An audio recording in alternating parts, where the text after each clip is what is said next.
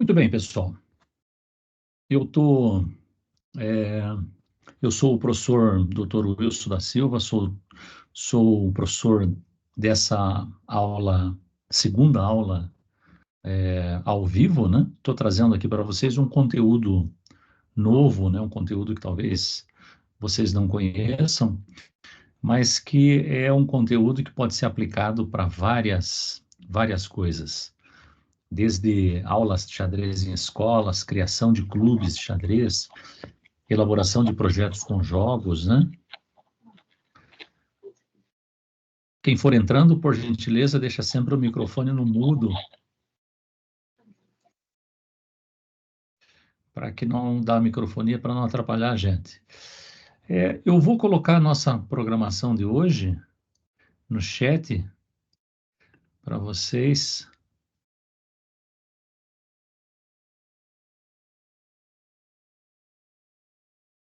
Deixa eu colocar aqui no chat.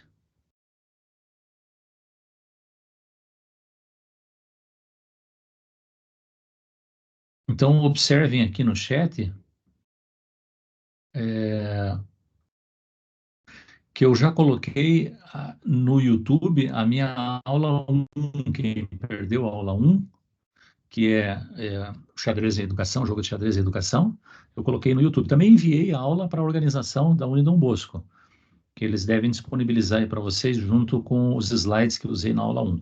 Mas, para garantia, eu também coloquei no YouTube, e aí se vocês não acharem, se a Unidom Bosco ainda não forneceu para vocês, quem perdeu a aula pode assistir aqui.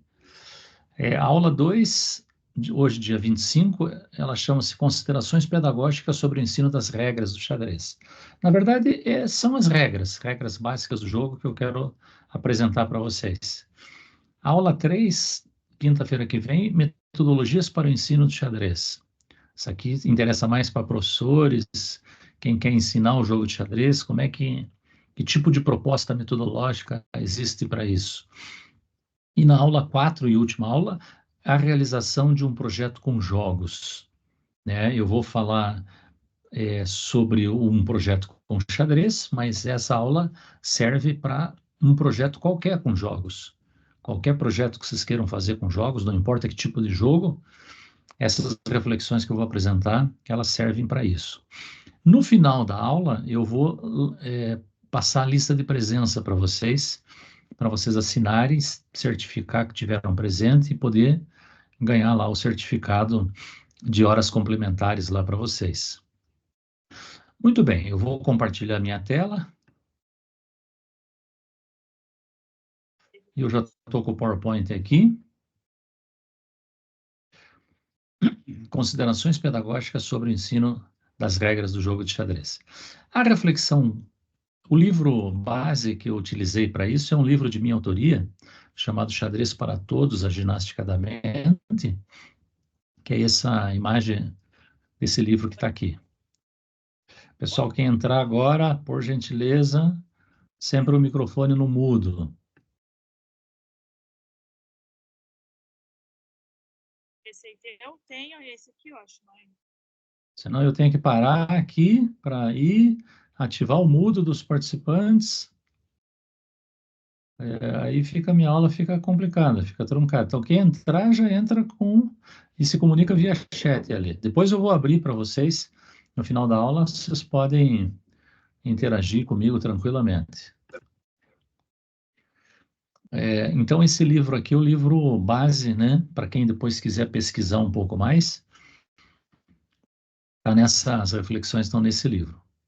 Então, a primeira coisa que a gente tem que falar, quando fala sobre regras, você tem que falar naturalmente sobre os materiais que compõem o jogo. E aí os materiais são dois, o tabuleiro e as peças.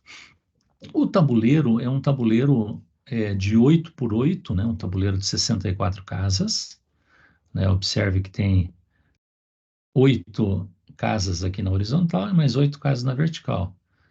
A gente já aprendeu na matemática, se multiplicar a base vezes a altura, a gente tem o tamanho da figura, a área da figura. E aqui vai dar 64. Então, 64 casas, sendo que 32 são brancas e 32 pretas. Mas o que me interessa aqui, chamar a atenção, é a posição correta do tabuleiro. Observe que eu marquei Casa Branca à direita. Então, você senta na cadeira quando vai jogar, né? O tabuleiro está na mesa na tua frente, você localiza teu braço direito e vê se a casa branca está orientada à tua direita. Se você tivesse sentado aqui, por exemplo, e o adversário aqui, estaria errado, porque a direita de cada um seria uma casa preta. Então é só reposicionar o tabuleiro. Então, primeira coisa que você tem que saber é a posição correta do tabuleiro com casa branca à direita. Professor, isso faz diferença? Sim, faz diferença. Que se você não posicionar correto, ele vai alterar a posição de 2 peças aqui, que é a posição do rei e da dama. Então, você tem que estar com a casa branca à direita para depois, quando arrumar a posição do rei e da dama, você arrumar corretamente. Sobre essa marcação em volta do tabuleiro, eu já vou mostrar para vocês. Então, o tabuleiro é composto por linhas. E as linhas que compõem o tabuleiro são três tipos: coluna, fila e diagonal. Aqui nessa imagem eu mostro o que é uma coluna. É uma sequência de casas orientadas verticalmente. Observe que eu tenho a coluna A, coluna B, coluna C, coluna D, E, F, G e H. 8 colunas. Uma sequência de casas orientadas horizontalmente a gente chama de fila ou fileira. E eu tenho 8 filas ou 8 fileiras. Fila 1, fila 2, 3, 4, 5, 6, 7 e 8. E eu tenho também conjunto de casas unidas, de mesma cor, unidas pelo canto aqui, né? Casas unidas é, é, é, de maneira inclinada, vamos dizer assim. Não queria usar a palavra diagonal, porque diagonal é o nome da linha. Então, essas são diagonais. Aqui que eu estou marcando, aqui no meio do tabuleiro, é a chamada grande diagonal preta, porque é a diagonal que tem 8 casas. Se você olhar do outro lado, tem a grande diagonal branca, que tem 8 casas. Mas eu tenho desde diagonal pequena com 2 casas. Uma casa não é uma diagonal, é uma casa. 2 casas são uma diagonal. 3 casas, né? Uma diagonal 3 casas, de 4, de 5, de 6, de 7 e de 8. Por que é importante saber isso? Porque as peças se movem por colunas, fileiras e diagonais. Então é bom você saber a terminologia correta. No jogo de tênis, você tem que saber a terminologia correta. No xadrez não é diferente, né? Tênis tem backhand, slice, enfim, tem várias expressões, né, típicas do esporte. O xadrez tem expressões típicas do esporte também. Agora eu quero falar um pouquinho sobre o nome das casas, né? Veja que se você tem um plano cartesiano, né? Ou seja, valores para horizontal, né? Que a gente chama na matemática para x, e valores para y, valores na vertical, é possível você dar nome para qualquer casa nessa matriz. Então, por exemplo, aqui onde eu estou marcando é a coluna E. Mas como é que eu sei, como é que eu dou o nome para essa casa aqui? Ela se encontra na coluna e se encontra na fila 1, então logo chama-se E1. Essa aqui está na fila 2, então E2, E3, E4, E5, E6, E7 e E8. Mesmo princípio, tipo batalha naval. Depois vou mostrar na metodologia de ensino, inclusive, que uma proposta para ensinar isso aqui é praticar uma batalha naval adaptada. O aluno pratica e aprende o nome das casas. E por que é importante saber o nome das casas? Porque existe um sistema de notação em xadrez, de registro de jogadas. Quando você joga um torneio, você tem que anotar as jogadas, produzir uma súmula das jogadas que você fez e as jogadas que teu adversário fez.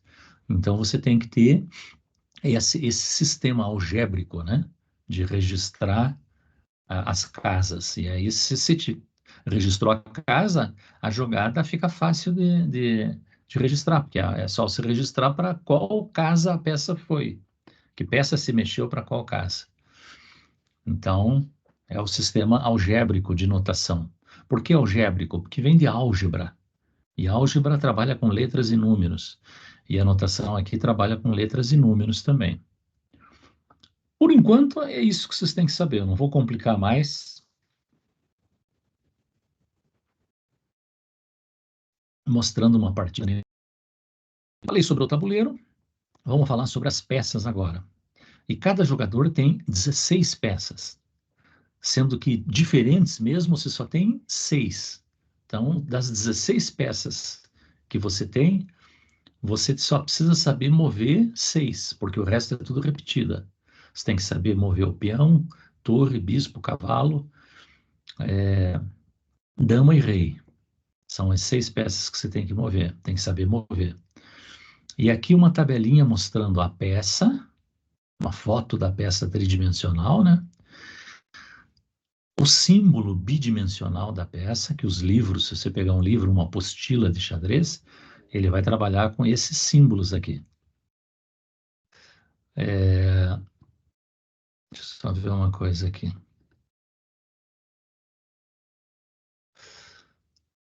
O símbolo da peça, o nome da peça e a quantidade que você tem. Essa tabela sintetiza tudo isso. Então, por exemplo, a peça mais importante do jogo é o rei. E você só tem uma peça durante toda a partida. Né? Não muda isso, você não vai ter 2 reis, 3 reis, nem nada disso. A segunda peça mais importante é a dama. Né? Algumas pessoas chamam de rainha, mas o nome correto é dama. E você tem uma só no início da partida, se bem que isso pode mudar com o desenvolvimento do jogo. Depois eu vou mostrar que tem um movimento chamado promoção, que você pode transformar um peão em outra peça. Então você pode ter 2 damas, 3 damas, enfim, né? Depois a torre, já estou apresentando uma hierarquia de mais ou menos de força das peças. Torre, você tem 2 torres no início do jogo. Pode perder as torres, então pode diminuir esse número ou pode aumentar se você fizer a promoção, como eu disse. Depois o bispo e o cavalo, que são peças de valor equivalente, né? Cada jogador tem 2 bispos no início do jogo e 2 cavalos. E por último, você tem 8 peões, que são os soldados. Vamos lembrar que o xadrez é um jogo de guerra. E, portanto, ele simula uma batalha, simula uma guerra, mas não uma guerra moderna. Simula uma guerra medieval, né? Onde você tinha a infantaria, que são os soldados a pé, né? Que são os peões, a cavalaria, representada pelos cavalos, né? Os carros de guerra, né? Representado pelas torres, e assim por diante. Então, vamos agora ver o movimento dessas peças, lembrando que eu gravei um curso que ele está disponível para vocês. Vocês podem fazer esse curso também para atividades complementares. É um curso de xadrez. E aí lá eu gravei as aulas tudo em estúdio, no estúdio da Unidom Bosco. Então vocês podem assistir esse curso. É só pedir para disponibilizar essa disciplina para vocês. Pede ou para o coordenador do curso ou abre um protocolo no NEAD pedindo para disponibilizar, porque é um curso, é uma matéria optativa, assim, né? Ou seja, se faz só se você quiser, né? Então, observe, antes de começar o jogo, antes de começar a partida, você tem que aprender a arrumar as peças. E elas são arrumadas como mostra esse diagrama aqui. Então, observem que na fila 2 vão os soldados a pé, os peões. Na fila 7, os peões pretos. Nos cantos, nas esquinas do tabuleiro, vão as torres. Ó. Ao lado das torres, os 2 cavalos, ao lado dos cavalos, os bispos. E aí, no centro do tabuleiro, na coluna D e E, vão o rei e a dama. Para não esquecer, você pense aquela regrinha, dama branca na casa branca. Ou se você quiser, dama combinando com a coluna com a inicial que começa o nome dela. Dama na coluna D. Dama preta na casa preta, na coluna D. E a que sobrou é o rei que se coloca. O rei na coluna E. E1, o rei branco, E8, o rei preto. Essa é a posição inicial. Lembrar também que quem começa o jogo são as brancas. Então, se faz um sorteio para ver quem vai conduzir as brancas, porque começar a partida representa uma pequena vantagem, mas ainda assim uma vantagem.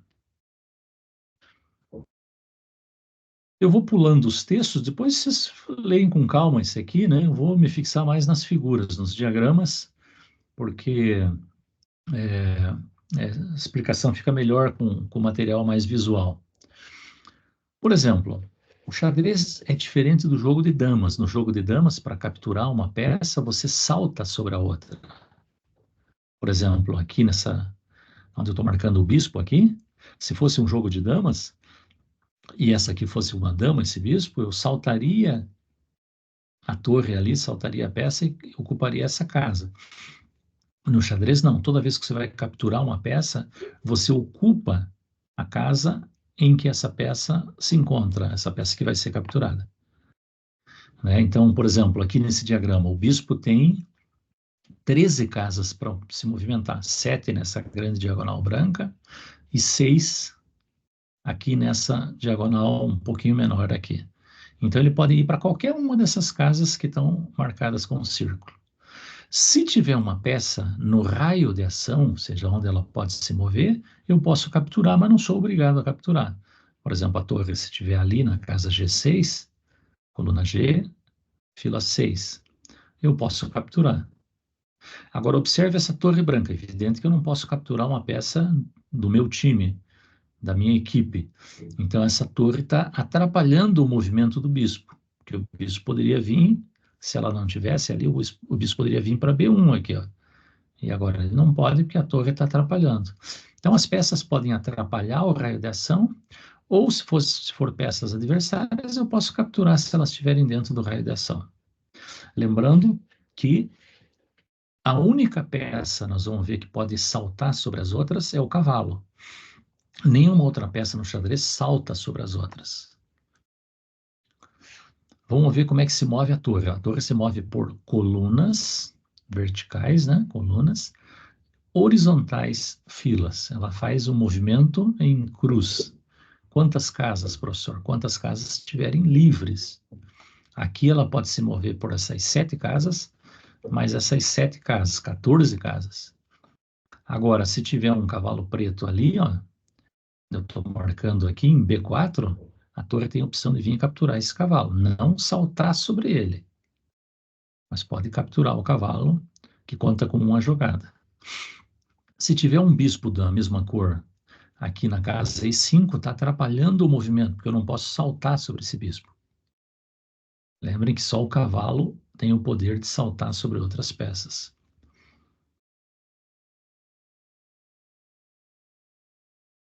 Observe que se você viu o movimento do bispo e da torre, você já sabe movimentar a dama, porque a dama faz os movimentos da torre mais os movimentos do bispo. Então, observe aqui, ó, a dama nessa casa E4. Se fosse uma torre aqui, andava por essas casas aqui, ó, vertical e horizontal, coluna e fila.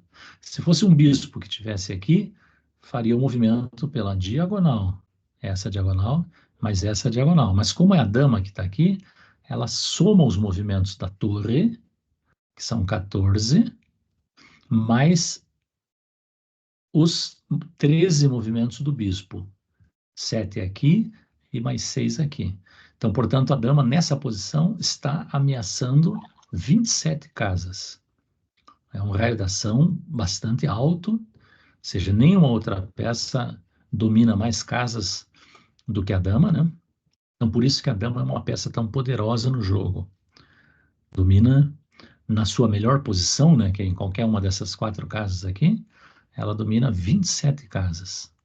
É uma peça fortíssima, muito forte. E mesma coisa, eu coloquei aqui um cavalo, mostrando como é que ela captura a peça. Se o cavalo se encontrar em qualquer uma das 27 casas, que é o raio de ação dela, ela pode vir e capturar esse cavalo. Não pula sobre ele, para na casa em que ele se encontra. Se tiver uma peça da mesma cor, uma peça branca, não posso capturar naturalmente e não posso saltar sobre ela. Então o raio de ação ficou prejudicado. Essa e essa casa eu não posso chegar.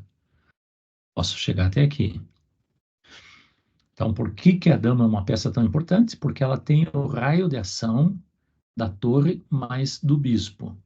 A torre em cruz e o bispo em X. Então, ela soma os movimentos dessas duas peças. Agora vem uma peça interessante, uma peça que foge um pouco a essa regra, que é o cavalo. E a gente diz que o movimento dele se dá como se fosse uma letra L em maiúsculo, né? Então, vamos mostrar aqui, só que ele só captura no final do movimento. Então, por exemplo, ó, como é que é o L? Ó, o cavalo está na posição E4 aqui. Para cima, como é que ele se move? Ó? Uma, duas e vira, fazendo a perninha do L. Então, faz a pernona primeiro e depois a perninha.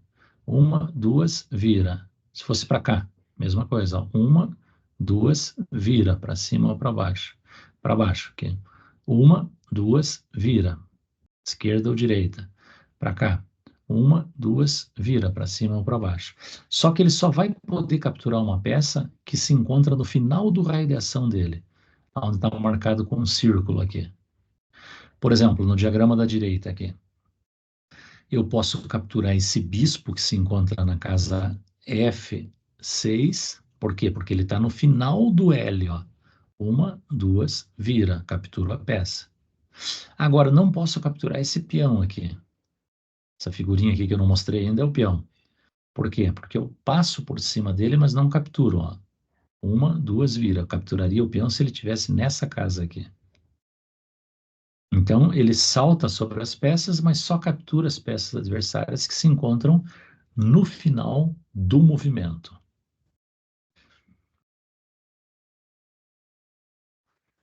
E agora o peão. O peão é uma peça com algumas particularidades aí, por isso peço que vocês prestem bem atenção. Ele tem bastante exceção, o peão.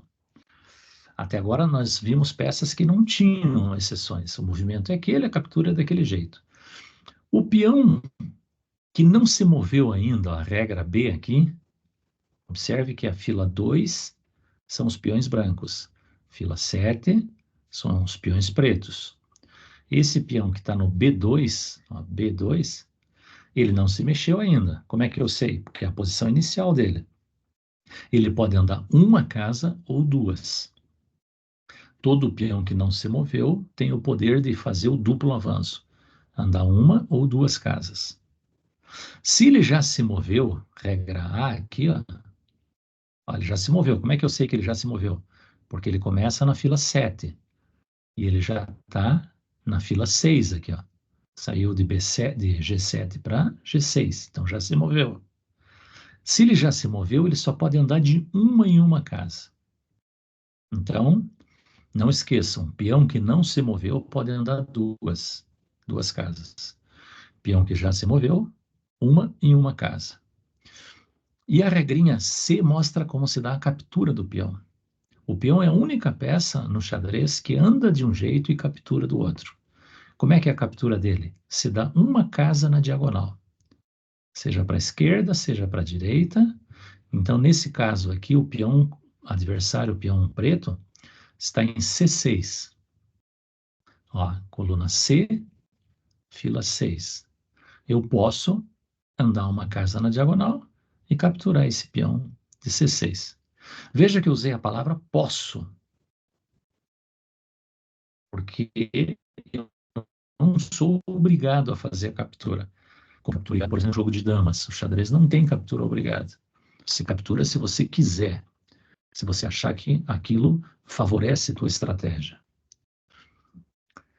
Mas tem ainda mais algumas particularidades sobre o peão. Tem uma captura especial que chama-se en passant. Foram os franceses que deram esse nome, que significa na passagem. Então, vamos falar dela. Observem essa figura aqui.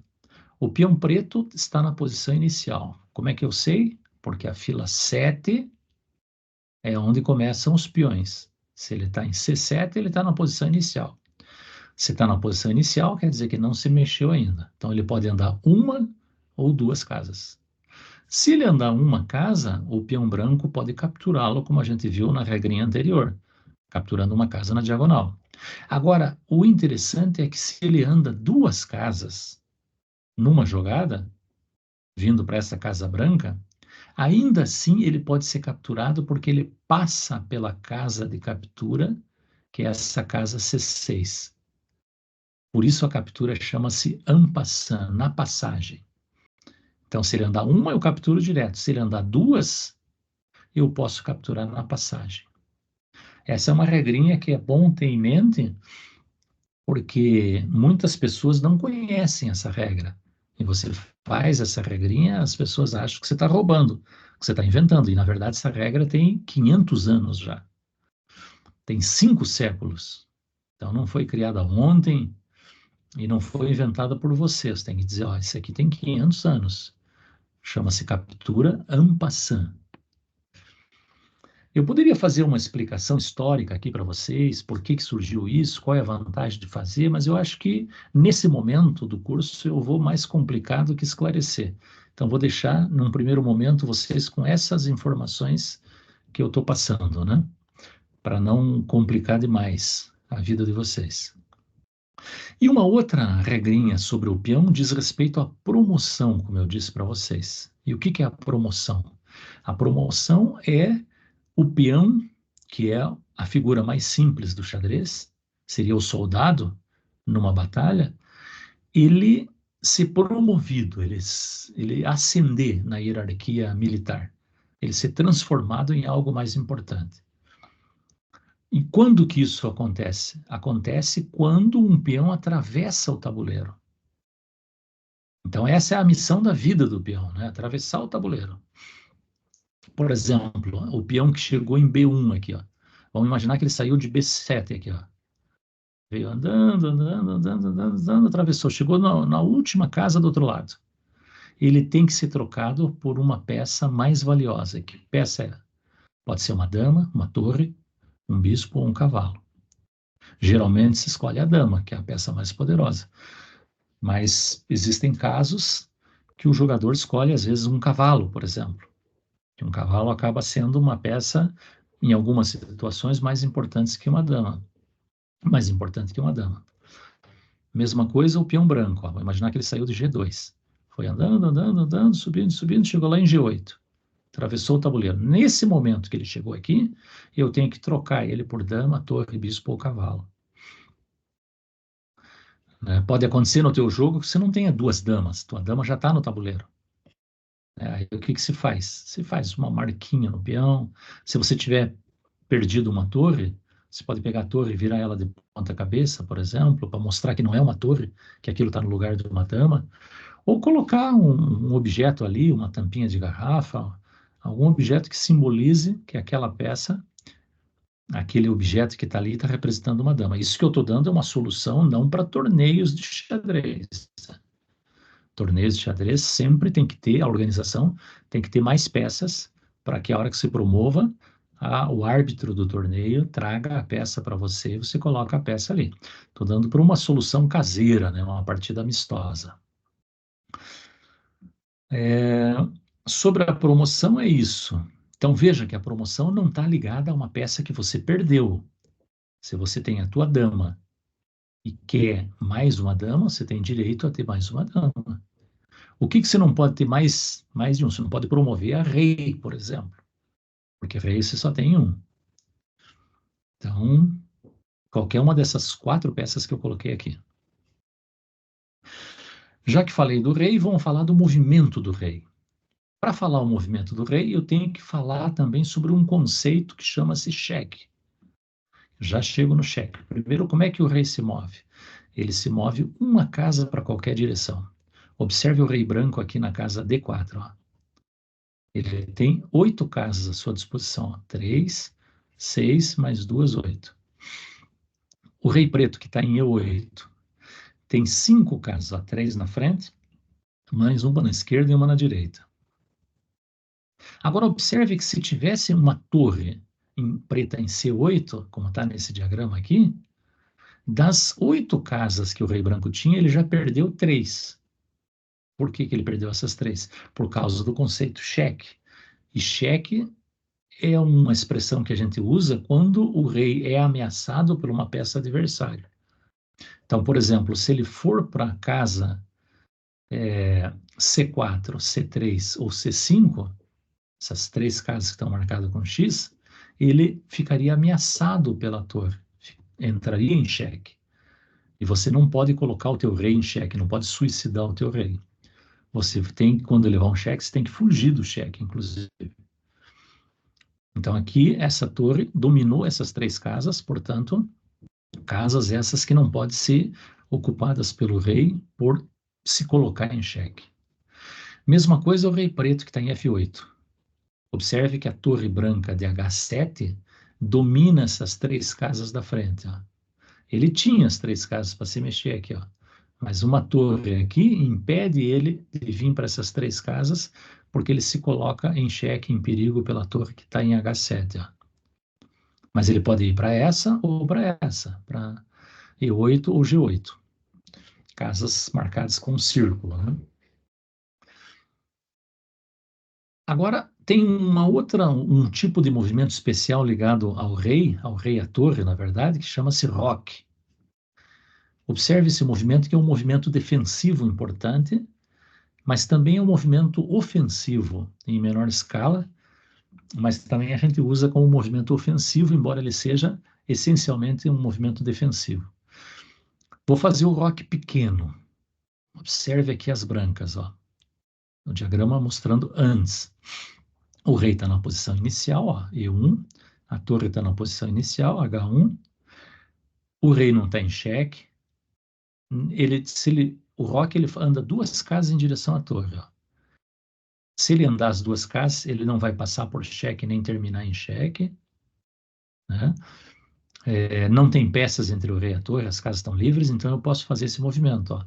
Pego o rei, jogo 2 casas, ando 2 casas em direção à torre e transfiro a torre para o outro lado. Fica assim a posição. Ó. Veja que tem 3 peões na frente. Os 3 peões na frente dão segurança para o rei. Funcionam como o telhado da casa aqui.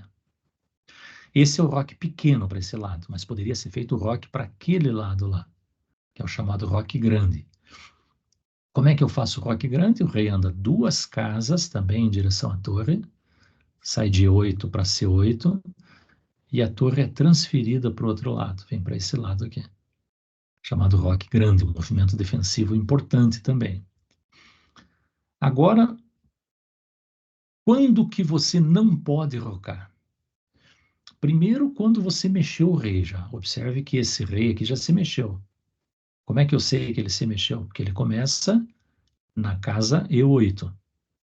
Casa D8 é a casa da dama. Mas aqui está o rei, ó. Então quer dizer que ele já se mexeu. Então não posso fazer o roque. Então, se você mexeu o rei, você não pode rocar. Por isso, antes de mexer o rei, você tem que pensar bem. Porque se você mexer o rei, você pode abrir mão desse movimento defensivo importante que chama-se roque. Se você já mexeu a torre que você vai rocar, também você perde o direito ao roque. A regra 1B aqui, ó. A torre começa em A8 aqui, ó. Ela em A1, ela está em B1. Então já foi movimentada. Não posso rocar, mesmo que eu não tenha mexido o rei, mexi a torre. Observe essa regra 2A1 aqui, ó. Eu não posso rocar o preto aqui, a bolinha preta indica que está na vez da preta jogar. Não posso rocar porque está em xeque, ó. Bispo branco na casa B5 está aplicando um xeque. Você vai dizer, professor, mas não posso fazer o roque agora para sair do xeque? Não. O roque tem que ser uma profilaxia, uma prevenção. Se você já levou a ameaça, então você não pode rocar naquele momento. Mas se você sair do xeque sem mexer o rei, você ainda pode rocar. Por exemplo, posso colocar o cavalo aqui na frente, ó, ele anda em L, 1, 2, vira. Posso colocar o bispo na frente, ó. Bispo anda na diagonal, posso cobrir o xeque. Então, se eu sair do xeque sem mexer o rei, posso rocar ainda. Se eu for rocar, ao rocar, eu passar por uma casa ameaçada, regra 2A, número 2 aqui, eu não posso rocar, mesmo que eu não pare nessa casa. Ó. O rei, para rocar, vem para G1, ó, sai de E1 até G1, ele anda 2 casas. Só que, para chegar em G1, ele tem que passar por F1. E em F1 ele estaria ameaçado pelo cavalo que anda em L. Ó. Então, não posso rocar nesse momento. Na regra 2A, item 3, eu não posso rocar, porque ao rocar eu vou terminar em xeque. Ó. Vai sair de E8 para G8, e G8 está dominada pelo bispo, ó. Setinha do bispo. Então, ao rocar, eu me coloco em xeque aqui, não posso rocar, quando esse bispo estiver aqui. E a 2B, a regrinha 2B, mostra que para rocar, não pode ter peças entre o rei e a torre. E aqui tem um bispo, ó, em C1. Se eu tirar o bispo, professor, se tirar o bispo, o roque está valendo.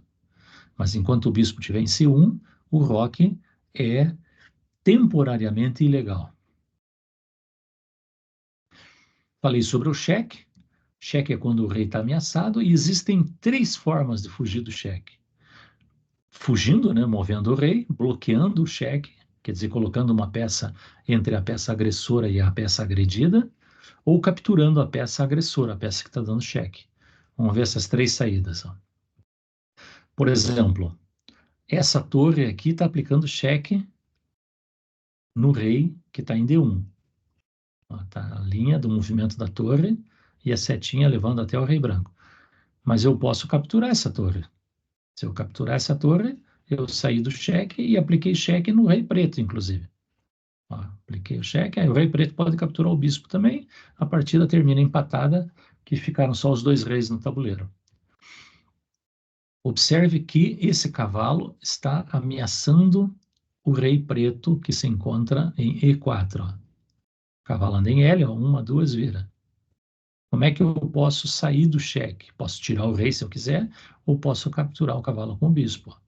O bispo captura o cavalo, aplica cheque no rei branco, o rei branco captura o bispo, e a partida termina empatada aqui, por falta de material.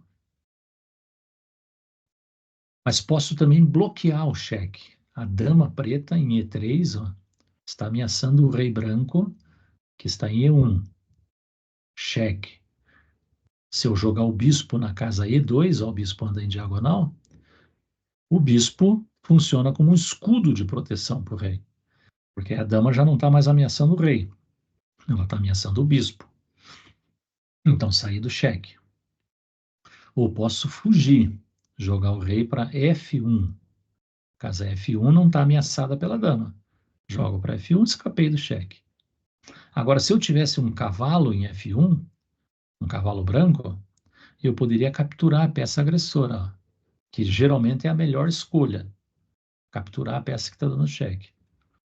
Ó, o cavalo anda 1, 2 e vira. Captura a dama preta e sai do cheque. Então, vimos as 3 formas: fugindo, bloqueando e capturando a peça agressora. Se tiver as 3 opções, qual você escolhe? Geralmente escolhe a captura da peça agressora, uma vez que você está desfalcando. Desliga o microfone, quem está com o microfone aberto, entra e desliga o microfone. Cavalo captura a dama e tira essa ameaça sobre o rei. Vamos falar um pouquinho sobre o término da partida. O término da partida envolve o conceito de checkmate. E o que é checkmate? É quando o rei, além de estar ameaçado, ele não pode nem fugir, nem bloquear o cheque e nem capturar a peça agressora. O jogador que levar uma jogada dessa, ou seja, um cheque que não possa fugir, bloquear ou capturar a peça agressora, perdeu a partida imediatamente. Vamos ver, então, alguns exemplos. Bolinha preta, aqui representa a jogada da preta sempre. O rei preto, em E8, está ameaçado pela dama branca de E7. Ele não pode fugir e não pode capturar a peça agressora, capturar a dama, porque ficaria ameaçado pelo rei branco. O rei branco anda uma casa para qualquer direção. Aqui no diagrama da direita, mesma coisa, só que quem está defendendo a dama é o bispo agora. Ó. Rei preto não pode fugir para as casas do lado e não pode capturar essa dama porque ficaria ameaçado pelo bispo, que se encontra em G5. Ó. Lembre que o bispo anda em diagonal. Aqui, um xeque-mate com dama e cavalo. Não posso fugir, não posso capturar a dama, porque a dama está defendida pelo cavalo branco de F5. Ó, o cavalo, 1, 2, vira. Ele termina o movimento onde está a dama, então está defendendo a dama. Diagrama da direita. Dama branca ameaçando o rei, mesma posição, só que quem está defendendo a dama é a torre de A7. Ó. Coluna A, fila 7, casa 7. Se o rei capturar a dama, fica ameaçado pela torre. Então, checkmate também. Checkmate com uma dama e uma torre. Observe que quem está ameaçando o rei agora é a torre. Ó. Rei branco levando checkmate. Ó. Torre de A1 está ameaçando o rei. O rei não pode fugir para nenhuma dessas três casas, porque a dama preta domina todas essas casas.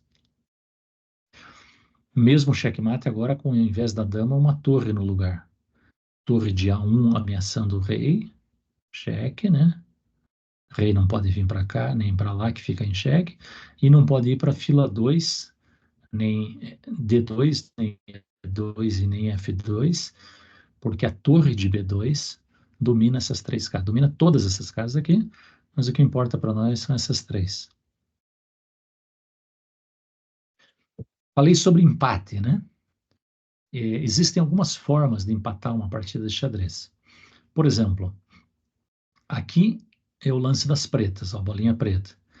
O preto, o jogador das pretas, não está em xeque, mas não tem jogada para fazer. Ó. Não pode ir para G8, G7 e nem H7, porque a dama pega ele.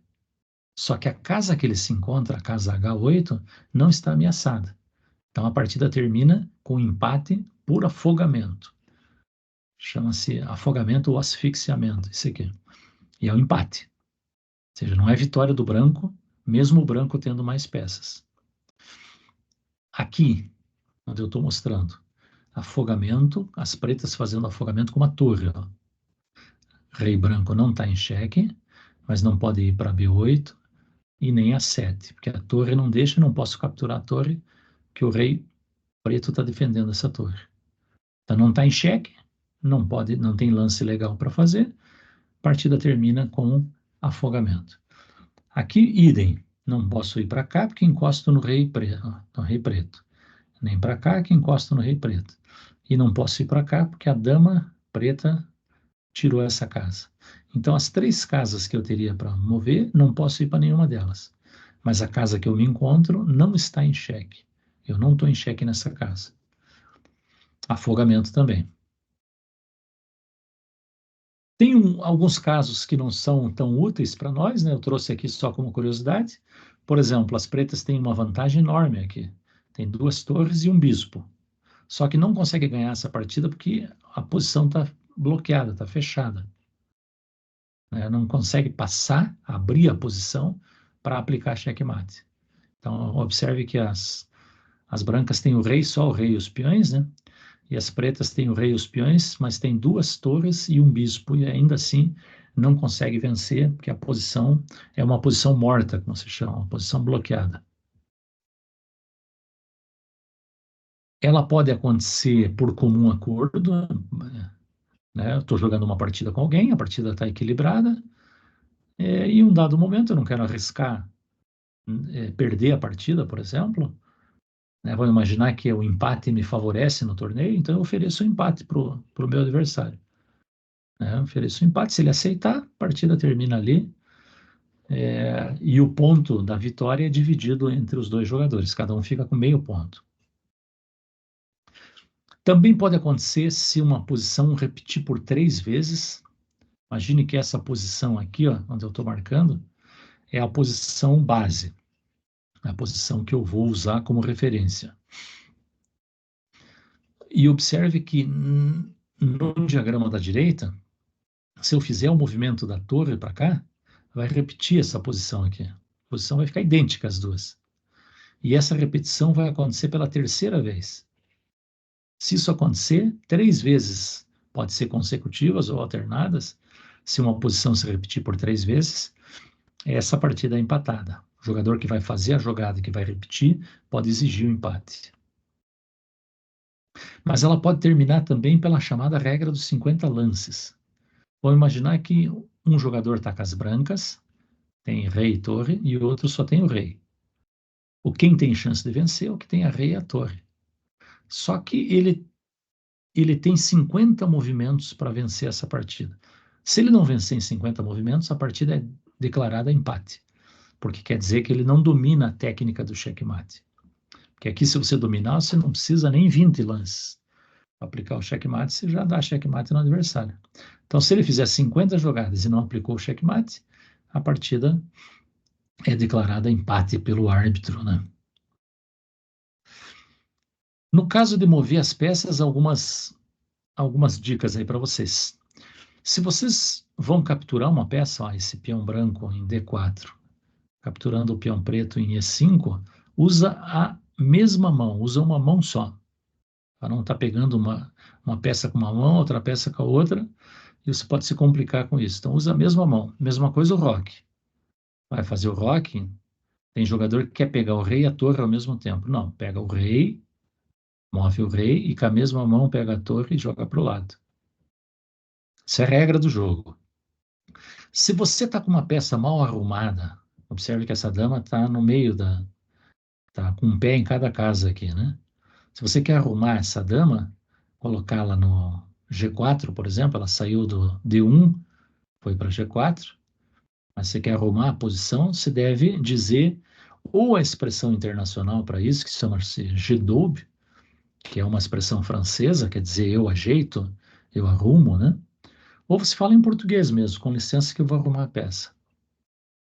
Mas se fosse um torneio internacional, você teria que usar a expressão internacional, que é essa expressão francesa aqui.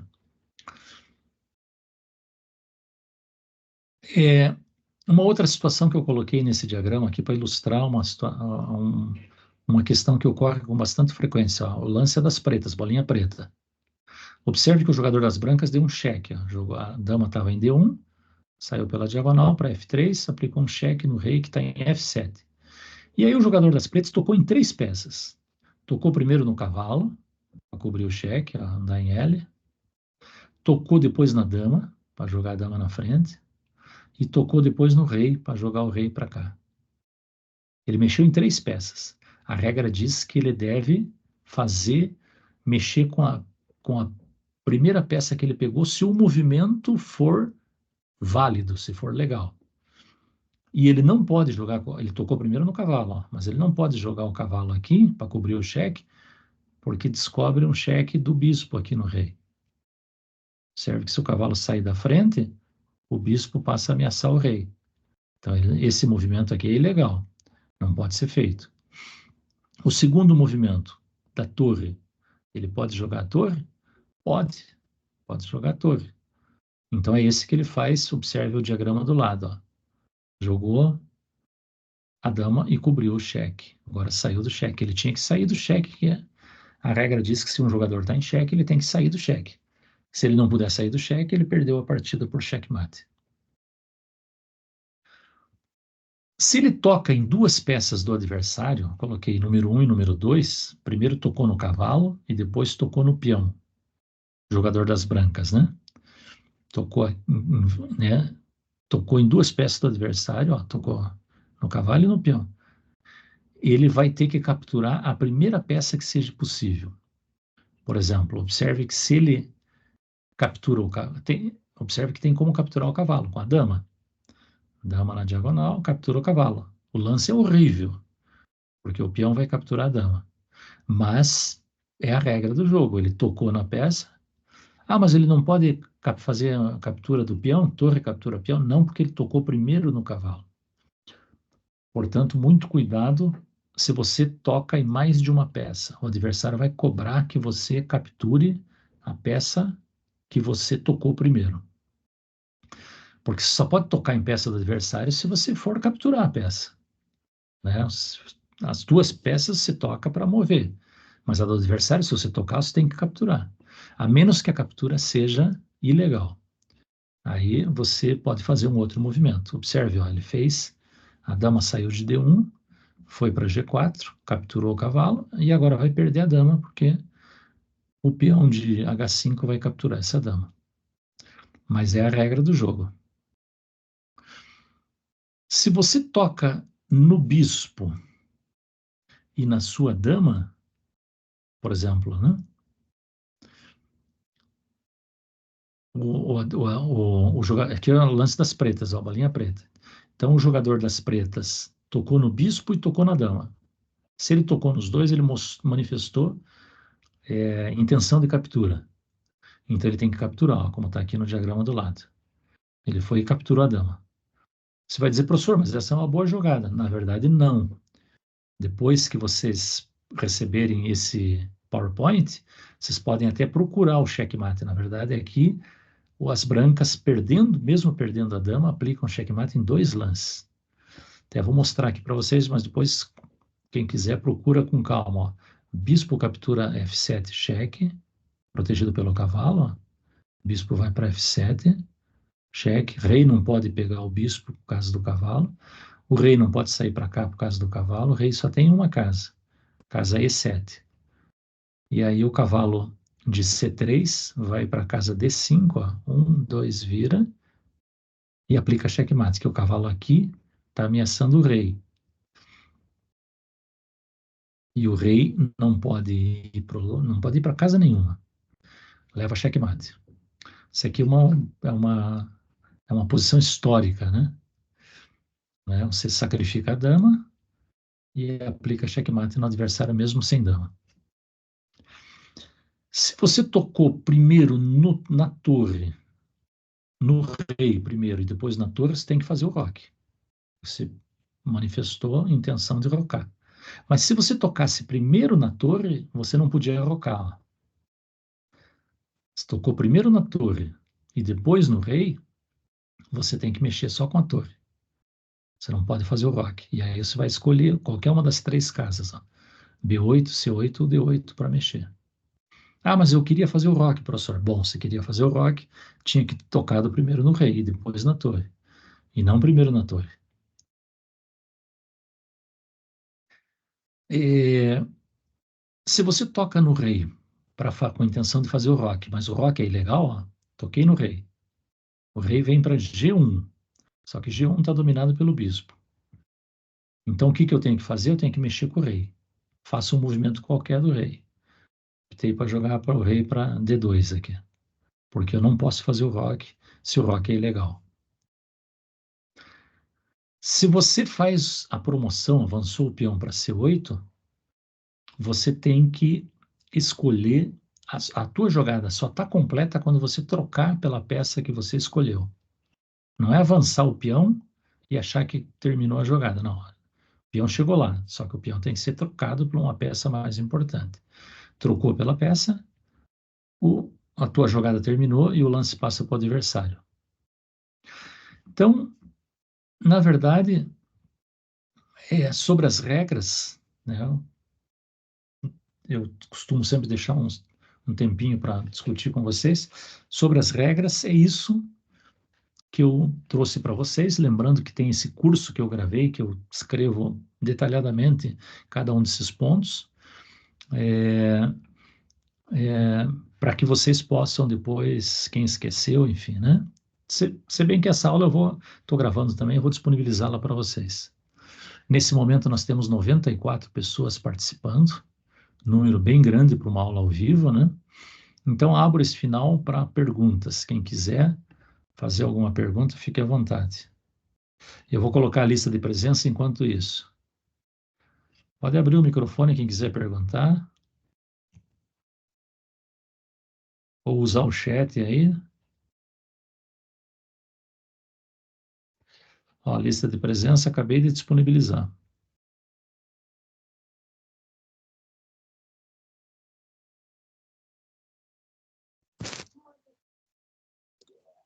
Lucinéia, pode falar. Professor, então, boa noite. Boa noite. Eu Eu tenho assistido a aula do senhor esses dias e eu ainda mexo pelo celular.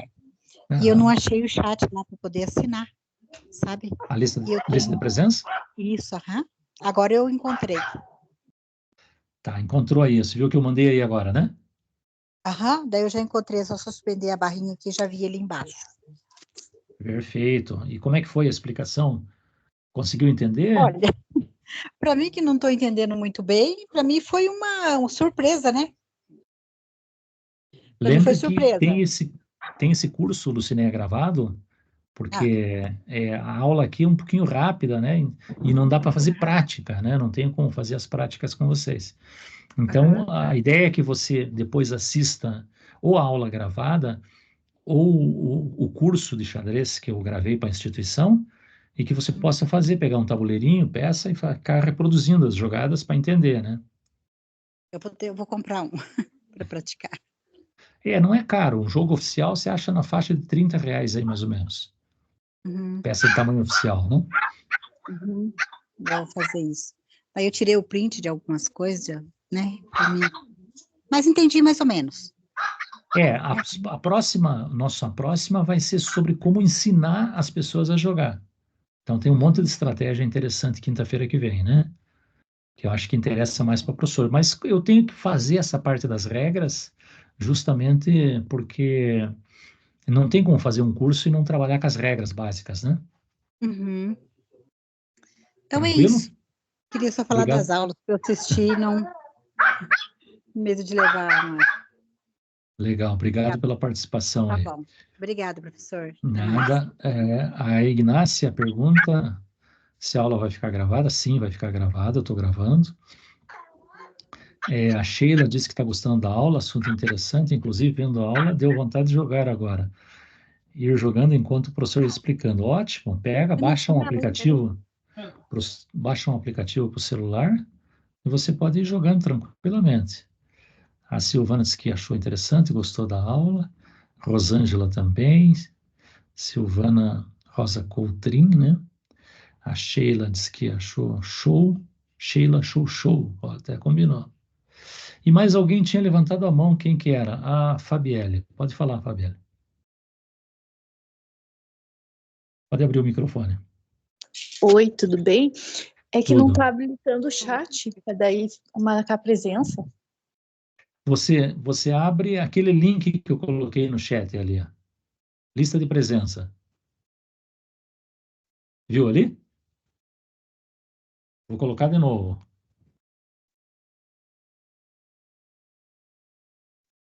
É só clicar no link, eu já testei ele está indo para uma página que você coloca teu CPF e registra a presença lá online para esse curso, né? Para mim não está habilitando, não estou conseguindo. Está no celular? Sim. Mas eu acho que é só você, porque as pessoas estão conseguindo aqui. Depois tenta num computador ou num tablet, deve ser alguma coisa do teu celular, porque eu testei esse link agora mesmo, ele está abrindo. Tudo bem, então. Muito obrigado. Nada, a Angelita diz, meu primo é campeão de xadrez, viaja o mundo todo. Como é o nome dele, Angelita? Escreve aí para nós. O pessoal está dizendo que o link está funcionando. Enquanto a Angelita me diz o nome,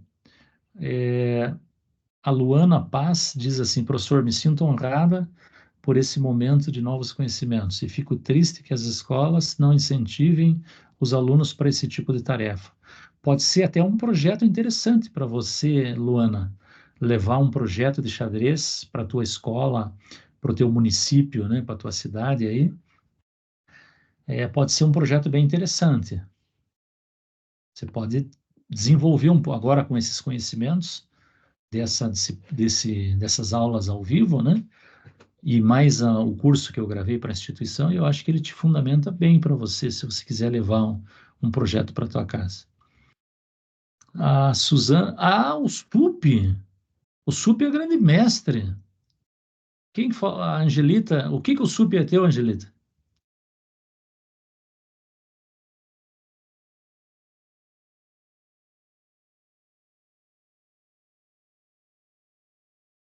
primo de segundo grau. O primo dela, Luiz Paulo Suppi, um grande jogador, um dos melhores jogadores do Brasil, grande mestre internacional. É um jogador de altíssimo nível, de fato, viaja o mundo todo jogando. É um profissional, um esportista gabaritado, campeão brasileiro já. Muito bom, foi uma informação muito relevante que se trouxe aqui. Meu filho é campeão de xadrez na escola, está me ensinando agora. Muito legal, diz a Suzana. Bacana, Suzana. Filho ensinando a mãe é uma coisa bem legal. O pessoal está dizendo que está conseguindo acessar a lista. A Diana diz: gostei, professor, não tinha nem um pouco de noção. Consegui e conseguiu assinar a lista de presença. A Jaqueline diz que é nova no curso, está começando o curso agora. Assiste a aula. A outra aula, deixa eu até jogar o link de novo aqui, da aula 1, que está no YouTube. Ó, quem quiser, a aula 1 está aqui.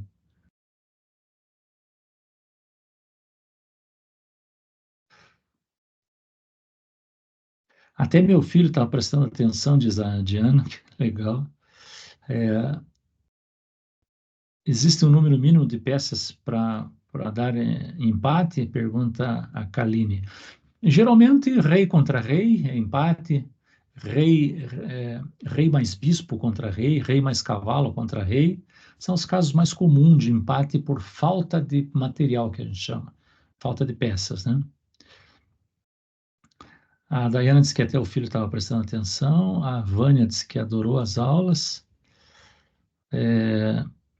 a Natália achou top demais, a Eliane disse que esse foi o primeiro contato com as aulas de xadrez, sempre tive curiosidade de saber as regras, vou me aprofundar mais.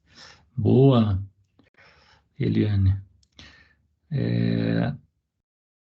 A AK, não sei o nome inteiro, diz: meu filho de 6 anos joga e adora, ensinamos o básico para ele. Muito bom, o importante é isso, dar os primeiros passos e depois eles desenvolvem sozinha. De 6 anos, né? A Janaína disse que aprendeu xadrez muito nova por curiosidade, e realmente é muito bom, amo xadrez desde criança. Legal, Janaína. A Maíla, diz: eu não tinha nem noção de como era, mas consegui entender, mas meu filho amou, que legal. A Márcia diz: como falei na outra aula, trabalho numa escola municipal de crianças bem carentes. Ano passado fizeram um campeonato de xadrez, achei sensacional. Muitas crianças se surpreenderam, até mesmo os diretores, pois se dedicaram muito. Bacana, Márcia, bacana. Eu ia ler a teu depoimento na aula passada, acabei perdendo ele, não achei. A Kaline: o número de jogadas tem algum limite? Tem aquela regra que eu falei dos 50 lances, né? Se você tem rei e dama, por exemplo, contra rei, você tem 50 jogadas para aplicar o checkmate, né? Beleza, gente. Então, em cima do laço, eu não quero estender mais. Eu agradeço a participação de vocês, né? A Alessandra também diz: tive a oportunidade de conhecer o xadrez na sala de aula, na época da escola da 7ª série em São Paulo, e foi um aprendizado muito valioso. Que bacana. Então, Maíla, quer falar alguma coisa ou não? E Lucinéia também?